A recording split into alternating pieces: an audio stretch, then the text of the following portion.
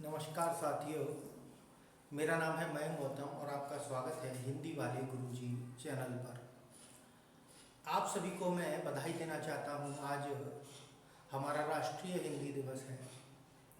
हिंदी हिंदी हिंदुस्तान।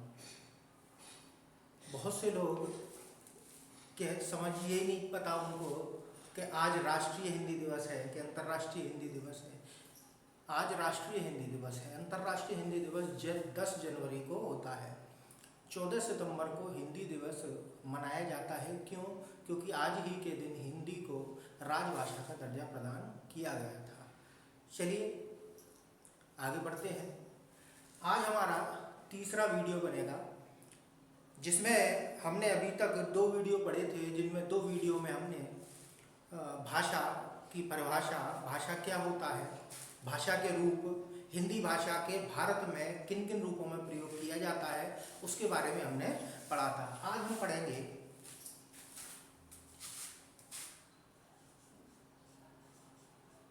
भाषाओं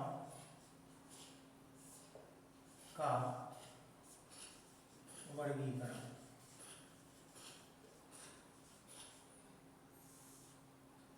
भाषाओं का वर्गीकरण। देखिए, अगर बात करी जाए भाषाओं का वर्गीकरण करने के लिए हमें यह भी तो पता होना चाहिए संसार में भाषाएं कितनी हैं। देखिए, गणना करने वाले लोगों ने इस संसार की समस्त भाषाओं की संख्या 2796 बताई। कितनी? 2796। अब देखिए, बहुत से लोग ऐसे भी हैं जो ये कहते हैं कि 2796 नहीं है, 3000 है, या 2100 है, 3100 है, 2700 है। तो हम टोटल मान लेते हैं, या कहा जाए लगभग 3000 भाषा हम मान लेते हैं। ठीक है, चलिए आगे बढ़ते हैं। तो कितनी रही भाषा? 2796। देखिए, भाषाओं का वर्गीकरण किया तो कई आधारों पर गया है, लेकिन हम मुख्यतः 2 ही आधारों पर इनकी चर्चा करते हैं। एक है आकृति मूलक वर्गीकरण और दूसरा है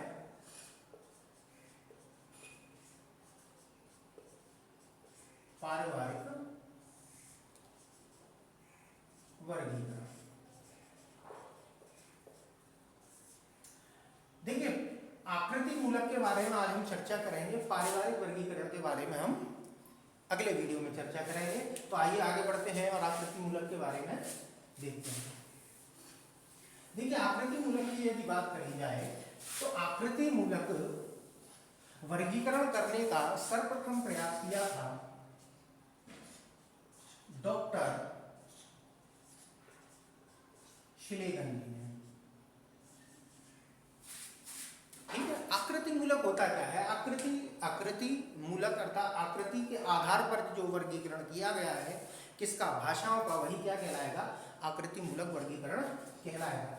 यानी कि इस आकृति मूलक के कई और नाम भी हैं, जैसे पदाश्रित,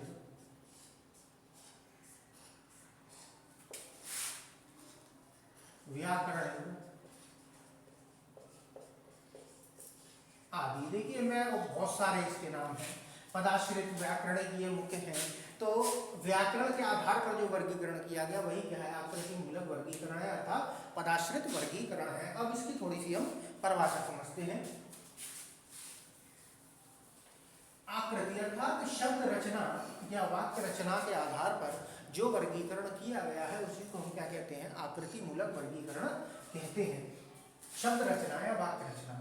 देखिए, शब्द रचना, वाक्य रचना का मतलब, देखिए वाक्य रचना जैसे कि मैंने लिखा,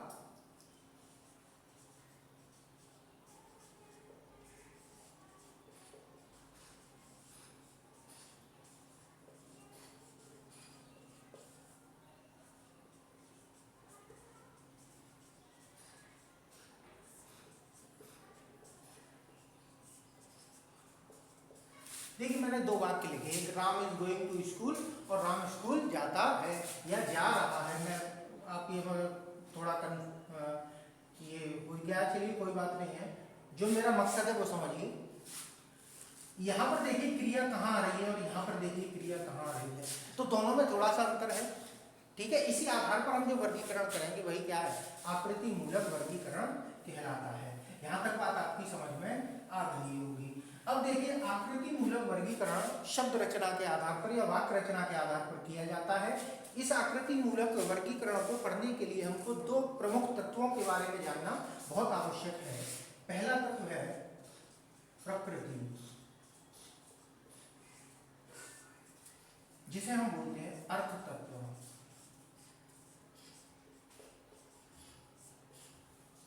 दूसरा है प्रत्यय या परसर्ग, जिसे हम बोलते हैं रचना तत्व।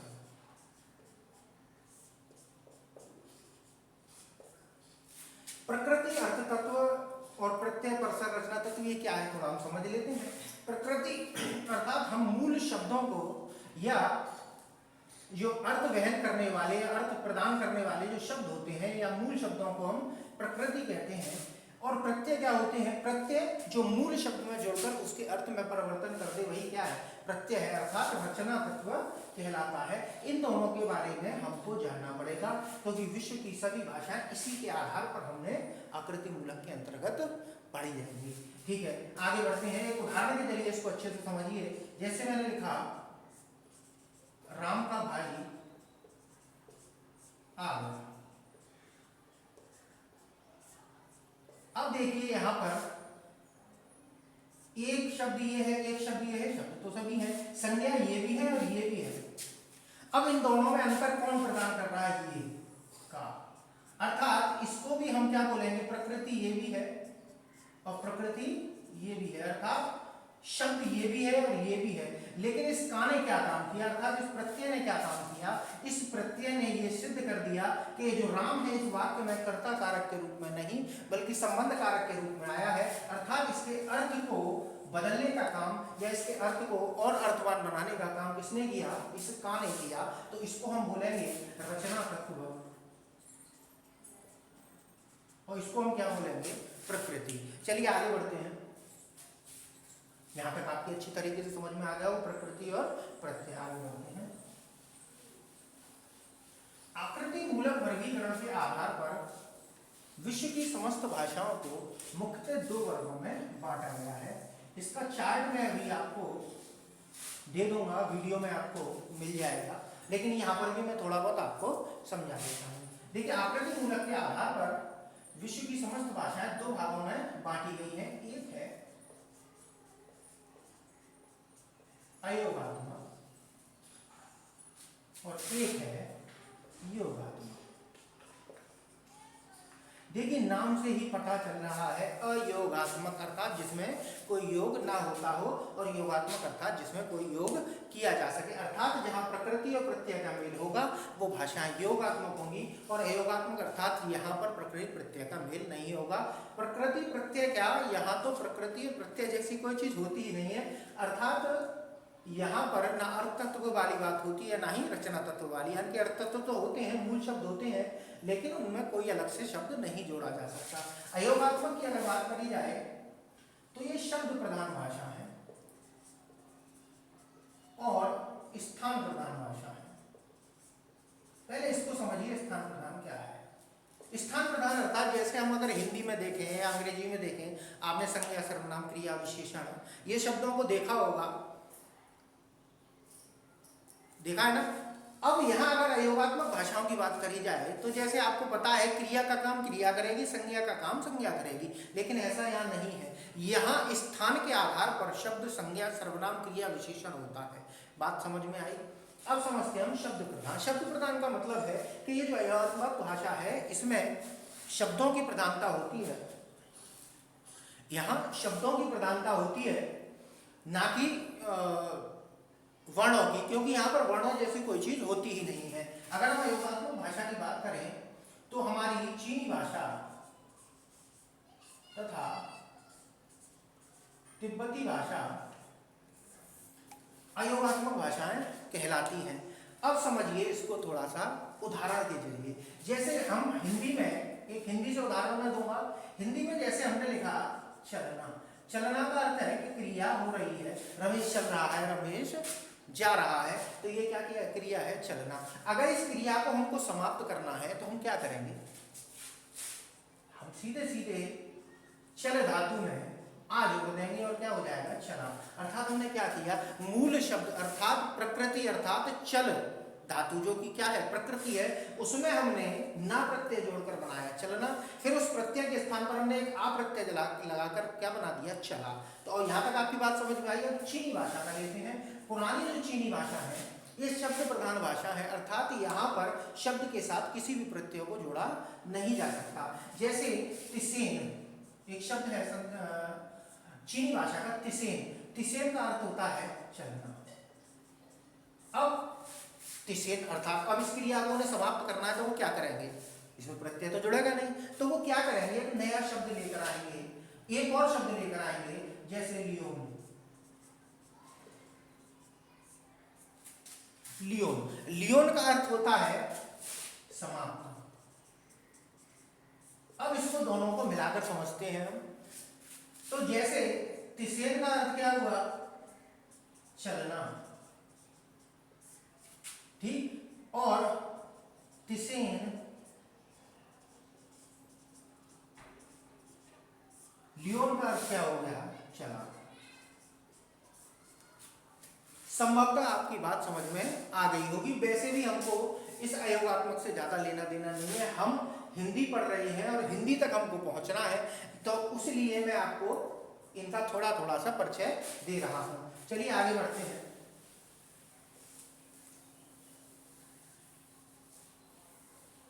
योगात्मक भाषा, योगात्मक जैसा कि मैंने बताया था, योगात्मक भाषाएं वे भाषाएं होती हैं जिसमें प्रकृति के साथ प्रत्यय का योग होता है या मेल होता है, उसी को हम क्या कहते हैं, योगात्मक भाषा कहते हैं। योगात्मक भाषा 3 प्रकार की होती है और सीधी सी बात यह है कि विश्व की लगभग सभी भाषाएं, लगभग सभी भाषाएं योगात्मक भाषाएं कहलाती हैं। अब बात करते हैं आगे। योगात्मक भाषाएं 3 प्रकार की होती हैं। एक होती है अश्लिष्ट, दूसरी होती है प्रश्लिष्ट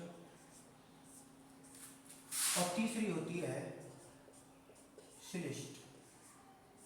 श्लिष्ट का अर्थ क्या होता है पहले वो समझिए। श्लिष्ट का अर्थ होता है चिपका हुआ।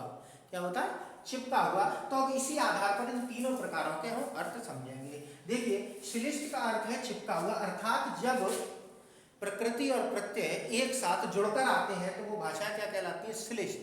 ठीक। प्रश्लिष्ट, प्रश्लिष्ट का अर्थ है बिल्कुल इस प्रकार चिपका हुआ कि वो एक दूसरे में घोल दिए जाए, यानी कि कहा जाए जैसे हम चीनी को घोल देते हैं ना पानी में, फिर ना चीनी पता चलती है ना पानी पता चलता है, तो वो उस प्रकार की भाषा को क्या कहते हैं, प्रश्लिष्ट। और श्लिष्ट का अर्थात है एक साथ रखा हुआ, अर्थात ये प्रत्यय प्रधान भाषा है। कैसी भाषा है, प्रत्यय प्रधान भाषा।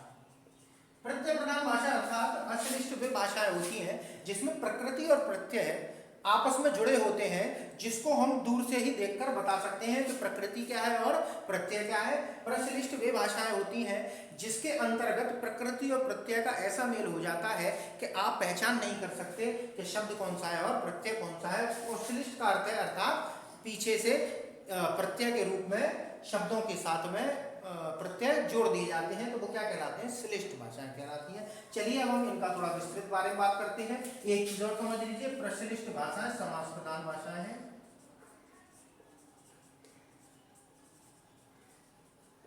जितनी भी भाषाएं सभी क्या है, समास प्रधान। देखिए समास प्रधान में क्या होता है, समास जब हम करते हैं तो उनके अधिकतर बीच का पद गायब हो जाता है, या मुख्यतः 2 शब्दों को लेकर बाकी के को हम क्या करते हैं, गायब कर देते हैं, उसी को कहते हैं समास प्रधान। चलिए अब इससे आगे का हम पढ़ेंगे अश्लिष्ट के बारे में। उसके लिए आपको चार्ट देखना पड़ेगा। देखिए मैं चार्ट लगा रहा हूं, इस पर थोड़ा सा ध्यान दीजिएगा। देखिए इस चार्ट को अच्छी तरीके से समझिए। मैंने अभी तक आपको यहाँ पर योगात्मक और योगात्मक के बारे में बताया है, ठीक है। इससे आगे बढ़ते हैं। चलिए हम बात कर रहे थे अयोगात्मक और योगात्मक की। योगात्मक में हमने पढ़ा था अश्लिष्ट, और अश्लिष्ट का देखा जाए, अश्लिष्ट योगात्मक भाषाएं 4 भागों में बटी हुई हैं। पहली है पूर्व योगात्मक, इसको आसानी से समझिएगा।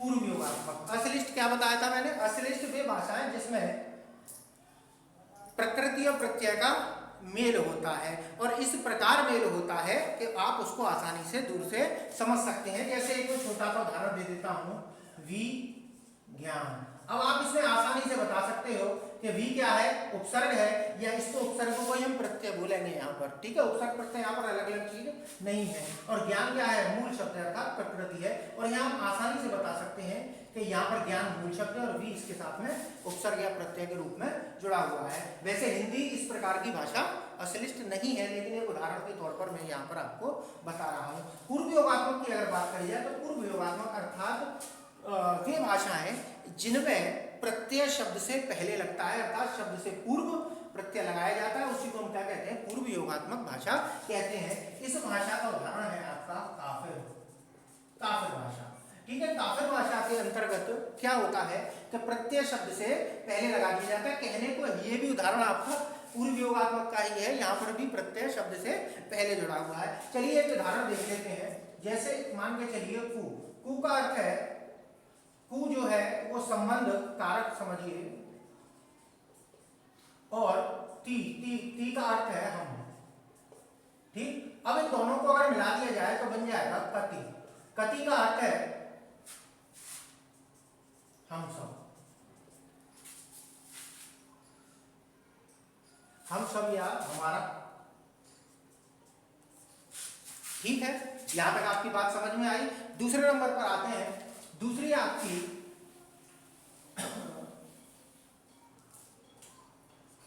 मध्य योगात्मक।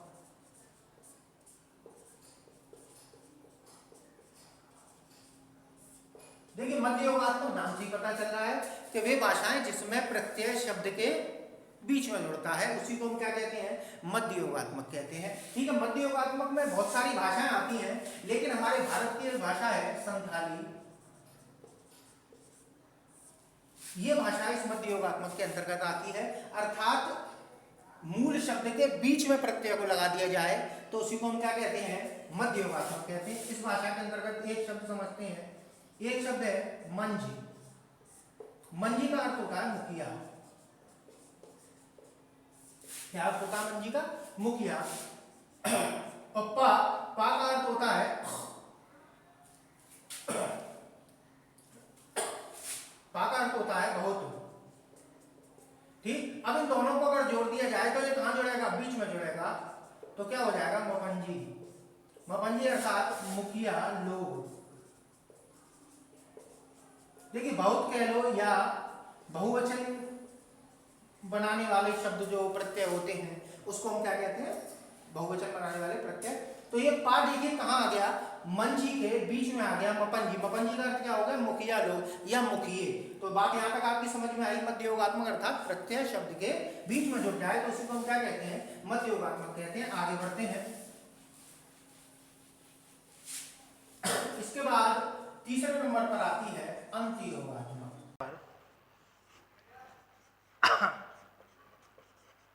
अंत्य योगात्मक, देखिए अंत्य योगात्मक की बात करी जाए तो अंत्य योगात्मक अर्थात वे भाषाएं जिसमें प्रत्यय शब्द के पीछे से जुड़ता है। अगर हम बात करें तो हमारे देश की जो द्रविड़ भाषा परिवार है वो सभी भाषाएं अंत्य योगात्मक ही भाषाएं हैं, ठीक है। वैसे तो तुर्की भाषा अंत्य योगात्मक है। मैं उदाहरण लेता हूं अपने भारत की कन्नड़ भाषा का। कन्नड़ भाषा का एक शब्द है सेवकनु। सेवकनु, सेवकनु का अर्थ है सेवक ने, और सेवक रू का अर्थ है सेवकों ने, ठीक है। बात यहां तक आपकी अच्छी तरीके से समझ में आई हो। अंत्य योगात्मक के बाद में हम बात करते हैं पूर्वांत योगात्मक। पूर्वांत अर्थात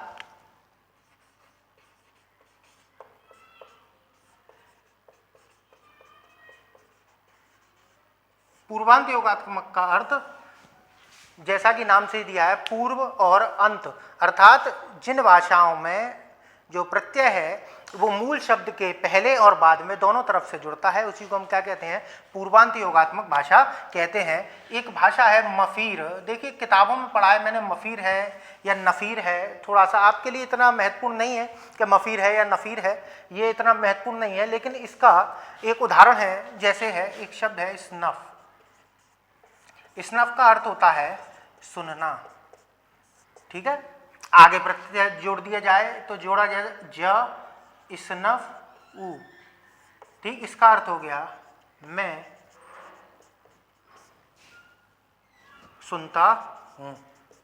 बात यहां तक समझ में आई? तो देखिए यहां क्या हुआ, प्रत्यय शब्द से पहले और शब्द के बाद में जुड़ गया है, इसलिए इसको हम क्या कहेंगे, पूर्वांत योगात्मक भाषा कहेंगे। चलिए, तो अब हमने यहां तक क्या पढ़ा कि जो अश्लिष्ट भाषाएं होती हैं वो 4 प्रकार की होती हैं, पूर्व योगात्मक, मध्य योगात्मक, अंत योगात्मक और पूर्वांत योगात्मक। चलिए आगे बात करते हैं। आगे हमारी जो भाषाएं हैं वो है प्रश्लिष्ट। जैसा कि नाम से ही दिया है प्रश्लिष्ट, अर्थात प्रत्यय और प्रकृति इस प्रकार मेल हो जाए कि दोनों में अंतर करना संभव ही ना हो, तो उसी को हम क्या कहते हैं, प्रश्लिष्ट। संस्कृत में इस प्रश्लिष्ट योगात्मक के बारे में एक बात कही गई है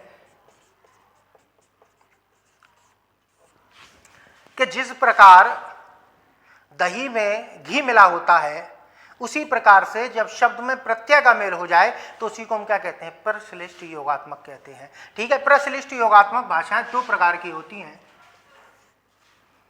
एक होती है पूर्ण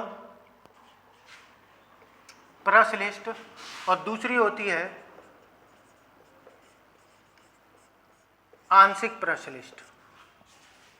ठीक है, पूर्ण प्रश्लिष्ट अर्थात प्रत्यय शब्द के साथ इस प्रकार मिल जाए कि पूर्ण रूप से शब्द में घुल जाए, और आंशिक अर्थात जब प्रत्यय शब्द के साथ इस प्रकार जुड़े जिससे उसे आधा समझा जा सके। तो पूर्ण प्रश्लिष्ट की अगर बात करी जाए तो भाषा है चेरोफी, और आंशिक प्रश्लिष्ट की भाषा की बात करी जाए तो बास्क। बास्क एक भाषा है वो आंशिक प्रश्लिष्ट है, जिसका एक शब्द है हकार्त। हकार्त का अर्थ है मैं तुझे ले जाता हूं। तो इसका अर्थ क्या हो गया, हकार्त का अर्थ कि मैं तुझे ले जाता हूं। क्या आप यहां बता सकते हैं कि प्रत्यय क्या है, शब्द क्या है? ठीक है, चलिए आगे बढ़ते हैं। हमें असल में हिंदी की तरफ जाना है, तो हमें प्रश्लिष्ट से वैसे कोई ज़्यादा लेना देना नहीं है, लेकिन फिर भी थोड़ा बहुत मैं आपको समझा दे रहा हूँ। राइटिंग का थोड़ा सा मेरा समस्या है, राइटिंग मेरा थोड़ा सही नहीं है, क्योंकि देखिए बहुत दिनों से कोचिंगें बंद हैं, तो प्रैक्टिस थोड़ी सी छूट गई है, अभ्यास थोड़ा सा छूट गया है, तो थोड़ा सा ध्यान रखिएगा आप, थोड़ा सा मेरी देखिएगा। ठीक, चलिए आगे बढ़ते हैं। अगली है आपकी श्लिष्ट भाषा। देखिए श्लिष्ट की बात करी जाए तो श्लिष्ट हमने पढ़ा था, श्लिष्ट अर्थात इस प्रकार से प्रत्यय शब्द से जुड़ा हो जिससे मूल शब्द में कोई परिवर्तन हो जाए, या इसको अच्छा से समझते हैं कि जब प्रत्यय शब्द के साथ जुड़ता है और मूल शब्द में अर्थात प्रकृति में परिवर्तन कर देता है, तो उसी हम भाषाओं को क्या कहते हैं, श्लिष्ट कहते हैं। जैसे एक शब्द लिया मैंने नीति, नीति में मैंने इक प्रत्यय जोड़ा तो शब्द क्या बना, नैतिक। यह साफ तौर पर दिखाई दे रहा है, यहां साफ तौर पर दिखाई दे रहा है कि जो नीति शब्द है इसमें एक प्रत्यय जोड़ने से मूल शब्द अर्थात प्रकृति अर्थात अर्थ तत्व में परिवर्तन हो गया, तो ये शब्द क्या बना हमारा, नैतिक। आगे बात करते हैं। चलिए श्लिष्ट भाषाएं कितने प्रकार की। देखिए श्लिष्ट भाषाओं को 2 भागों में बांटा गया है, और यहीं से आपका मुख्य है या कहा जाए महत्वपूर्ण है। पहला है अंतर्मुखी,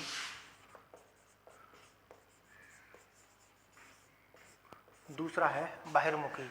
अंतर्मुखी दो भागों में बांटा गया है और बहिर्मुखी को भी दो भागों में बांटा गया है। पहला है संयोगात्मक और दूसरी है वियोगात्मक। संयोगात्मक और दूसरी है वियोगात्मक। मुझे थोड़ा हंसी आ रही है। मैं एक बार YouTube पर था, तो YouTube पर वीडियो देख रहा था, तो वहाँ क्या बताया गया, एक जने थे महाराज महान श्री थे, वो बता रहे थे संयोगात्मक वियोगात्मक के बारे में कि संयोगात्मक वे भाषाएं होती हैं जो आदमियों को आपस में जोड़े और वियोगात्मक वे भाषाएं होती हैं जो आदमियों को अलग कर दे।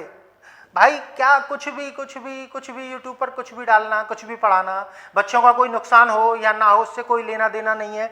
मैंने बहुत से वीडियो देखे हैं कि 2 मिनट में संधि सीखो, 2 मिनट में करो समास, ये ट्रिक वो ट्रिक फलाना ट्रिक। क्या भाई हिंदी को क्या बना रखा है? भाई हिंदी एक भाषा है जिसको समझना कोई कठिन काम नहीं है, लेकिन हाँ इसको ट्रिक के माध्यम से समझना ये थोड़ा सा मेरी समझ से बाहर है। जितने में आप ट्रिक समझोगे उतने में आपको समझ में आ जाएगा। आप मेरे वीडियो कंटिन्यू देखते रहिए, आज तक एक भी स्टूडेंट मेरा ऐसा नहीं है जो ये कह सके कि सर जी मेरी समझ में नहीं आया। ठीक है, आगे बढ़ते हैं। देखिए अब असली अर्थ समझते हैं संयोगात्मक और वियोगात्मक का। ठीक है, संयोगात्मक और वियोगात्मक को समझने के लिए पहले समझते हैं हम भाषा। देखिए भाषा में क्या होता है कि भाषा कठिन से सरल की ओर जाती है। कैसे? जैसे अगर हम देखें, हम बहुत पहले सूर्य बोलते थे, संस्कृत में सूर्य बोला जाता था, लेकिन आज हम क्या बोलते हैं, धीरे धीरे सूरज बोलने लगे। उस समय पर हम बोला करते थे संस्कृत में क्षेत्र, क्षेत्र बोलना थोड़ा सा कठिन लगता है, धीरे धीरे हमने क्या कर दिया, खेत कर दिया। तो बात समझिए ऐसा क्यों हुआ कि भाषा जो होती है वो कठिन से सरल की ओर जाती है। उसी तरीके से भाषाएं संयोगात्मक से वियोगात्मक की तरफ जाती हैं। एक उदाहरण के जरिए समझिए।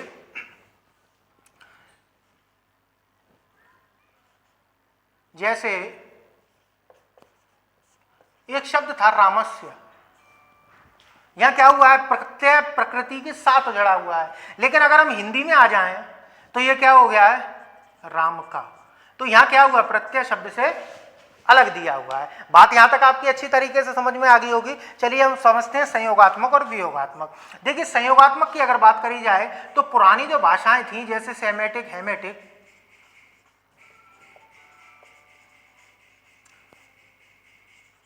अरबी भाषाएं, ये कैसी थी, संयोगात्मक थी।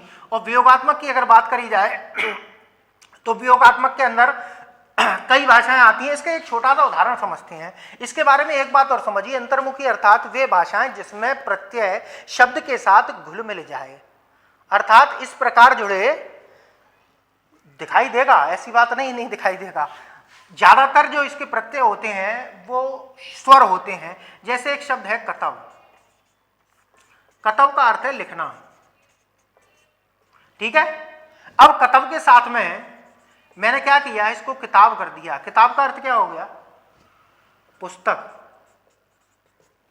ठीक, अभी इसी को मैं कुतुब कर दूं, कुतुब का अर्थ है पुस्तकालय। तो बात आपकी समझ में आ रही है कि प्रत्यय क्या है इसमें। मूल शब्द है कतव, कतव का अर्थ होता है लिखना। जब इसमें हमने ई की मात्रा, आ की मात्रा जोड़ी तो ये शब्द अर्थ प्रदान करने लगा पुस्तक का। तो ऐसी भाषाएं क्या कहलाती हैं, अंतर्मुखी। अर्थात जब प्रत्यय मूल शब्द के साथ बिल्कुल जुड़ जाता है तो उसी को हम अंतर्मुखी कहते हैं। और बहिर्मुखी अर्थात बाहर से, पीछे से जोड़ा जाए तो उसी को हम क्या कहते हैं, बहिर्मुखी। अर्थात प्रत्यय शब्द के बीच में जुड़े यानी कि घुल मिल जाए तो उसी को अंतर्मुखी, और जब बाहर से प्रत्यय जुड़ता है तो बहिर्मुखी कहते हैं। अर्थात वे भाषाएं जिसमें पीछे से प्रत्यय जोड़ा जाता है वही बहिर्मुखी कहलाती हैं। संयोगात्मक की अगर बात करी जाए तो हमारी पुरानी जो भाषाएं हैं वो संयोगात्मक थी। जैसे संस्कृत है और आपकी एक वो अंग्रेजी जिससे आई है वो लैटिन भाषा, वो क्या है, संयोगात्मक थी। और आज हमारी हिंदी क्या हो चुकी है, वियोगात्मक हो चुकी है। अंग्रेजी भी क्या है, वियोगात्मक भाषा है। उदाहरण के तौर पर यही उदाहरण मैं ले लेता हूं। जैसे संस्कृत में हम लिखते थे रामस्य, रामस्य का अर्थ क्या होता है, राम का। और जब हिंदी में इसको लिखेंगे तो क्या लिखते हैं हम, राम का। अब यहां देखिए, यहाँ प्रत्यय शब्द से अलग लिखा हुआ है, यहाँ प्रत्यय शब्द के साथ जुड़कर आया है। तो आप अच्छी तरीके से समझ गए होंगे कि श्लिष्ट भाषाएं क्या होती हैं। श्लिष्ट दो प्रकार की, अंतर्मुखी और बहिर्मुखी। अब हिंदी के बारे में एक बात लिख लीजिए महत्वपूर्ण बात है, इस सब का निचोड़ है वो, ठीक, कि हिंदी हमारी कैसी भाषा है। हिंदी सबसे पहले क्या है, आपकी वियोगात्मक है, इसके बाद बहिर्मुखी, फिर श्लिष्ट, फिर योगात्मक। बात यहां तक आपकी समझ में आई? ठीक है, तो इतना ही है आज के वीडियो में। आशा करता हूं आपको आज का वीडियो पसंद आया हो। अगले वीडियो में हम पढ़ेंगे भाषाओं का वर्गीकरण पारिवारिक या परिवार के आधार पर। ठीक है, कोशिश तो मैंने करी है अच्छी तरीके से समझाने की, आपकी समझ में आया हो तो मेरे वीडियो को जरूर लाइक करिएगा। ठीक है, मैं भी नया हूँ, कोशिश फिर भी कर रहा हूँ। ठीक है, एक बार फिर और आपके लिए हिंदी दिवस की शुभकामनाएं। हिंदी दिवस की आप सभी के लिए शुभकामनाएं। हिंदी की वैसे स्थिति आज बहुत दयनीय है, स्थिति बहुत खराब है हिंदी की। क्यों? क्योंकि हिंदी बोलने में हिंदी भाषियों को शर्म आती है। क्यों? क्योंकि हिंदी बोलेंगे तो लगता है जैसे कि हम पढ़े लिखे नहीं हैं। सामने वाला भी क्या है, हिंदी बोलोगे तो वो समझेगा अरे पढ़ा लिखा नहीं, और अंग्रेजी में बोलोगे अरे वाह बहुत बढ़िया है, पढ़ा लिखा है। क्या अंग्रेजी भी किसी दूसरी भाषा को बोलते हैं? क्या दूसरी भाषा को इतना महत्व देते हैं? नहीं देते। फिर हम क्यों? हाँ, अंग्रेजी ऐसा नहीं है मैं अंग्रेजी भाषा को मानता नहीं हूँ। अंग्रेजी भाषा आप वहाँ बोलिए जहाँ अंग्रेजी की आवश्यकता है, लेकिन जिन स्थानों पर हिंदी की आवश्यकता हो वहाँ तो हिंदी बोलिए। हिंदी को हम लोगों ने ही एक ऐसे स्तर पर लाकर खड़ा कर दिया है कि हिंदी आज जूझ रही है। हम खुद जब परीक्षा में हिंदी आने लगी है ना, इनमें प्रतियोगिता परीक्षाओं में, तब हम हिंदी की तरफ थोड़ा सा बढ़ रहे हैं, अन्यथा हमको हिंदी से कोई मतलब रहा ही नहीं है। परीक्षा में भी हम पढ़ते तो नर्सरी से अब तक हिंदी को आ रहे हैं। क्या हमने कभी भी, आप खुद सोच के देखिए, क्या आपने कभी हिंदी को इतना महत्व दिया? अरे हाई स्कूल इंटर में हो जाएगा, हिंदी में क्या है, हिंदी में क्या है, हिंदी तो हम लिखे आएंगे, कैसे भी लिखे आएंगे, हिंदी में कुछ भी नहीं है। लेकिन जब परीक्षा दे के आते हैं, प्रतियोगिता परीक्षा, तब हिंदी का असली खेल समझ में आता है। देखिए, मैं ये नहीं कहूँगा कि हिंदी कठिन है और मैं ये भी नहीं कहूँगा कि हिंदी सरल है, बस आपके समझने के ऊपर है। मेरे विद्यार्थी मुझसे कहते हैं कि सर आप हिंदी ऐसा पढ़ाते हो, सर आप हिंदी ऐसा पढ़ाते हो। अब आप देखिए मैं हिंदी कैसी पढ़ाता हूँ, समझ में आए तो आप ज़रूर लाइक कीजिएगा और सहयोग कीजिएगा। तब तक के लिए नमस्कार।